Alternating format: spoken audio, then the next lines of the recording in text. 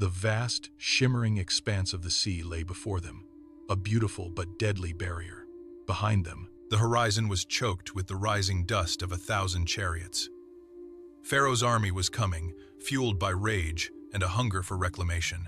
Israel had finally escaped the heavy chains of Egypt, only to find themselves caught in a geographical vice. There was nowhere left to run. The salt spray of the water met the dry heat of the desert wind. They were trapped.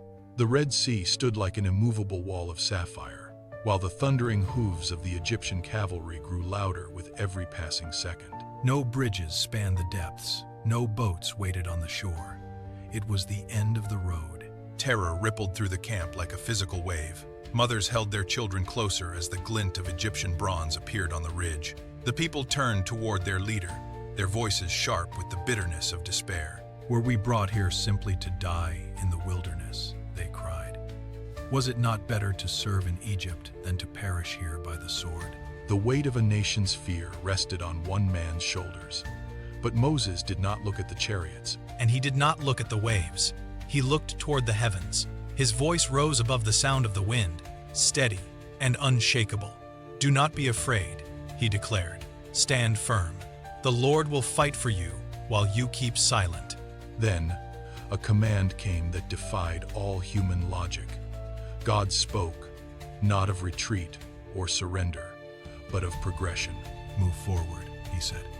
"Forward, into the crushing depths of the tide, into the certain death of the deep." Moses stepped toward the shoreline, the water lapping at his sandals.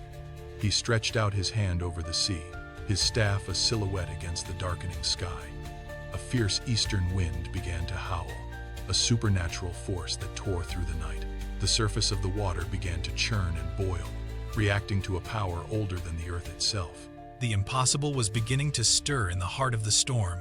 The people watched, breathless, as the laws of nature began to bend. With a roar like 1,000 lions, the sea split wide. Where there had been no road, God carved a path through the abyss. The waters stood up like massive, translucent walls on their right and on their left. Held back by an invisible hand, Israel stepped onto the seabed, not into mud or silt, but onto dry ground. They walked through the heart of the ocean, looking up at the towering cliffs of water where fish darted behind the liquid glass. It was a corridor of grace in a land of death. But as the last of the Israelites reached the far shore, the Egyptian army plunged into the gap, their wheels churning the sand. Then, Moses stretched his hand once more. The invisible walls collapsed. The pride of Egypt vanished beneath the returning surge, and the people who thought they were lost stood safely on the other side. Perhaps today you are facing your own Red Sea.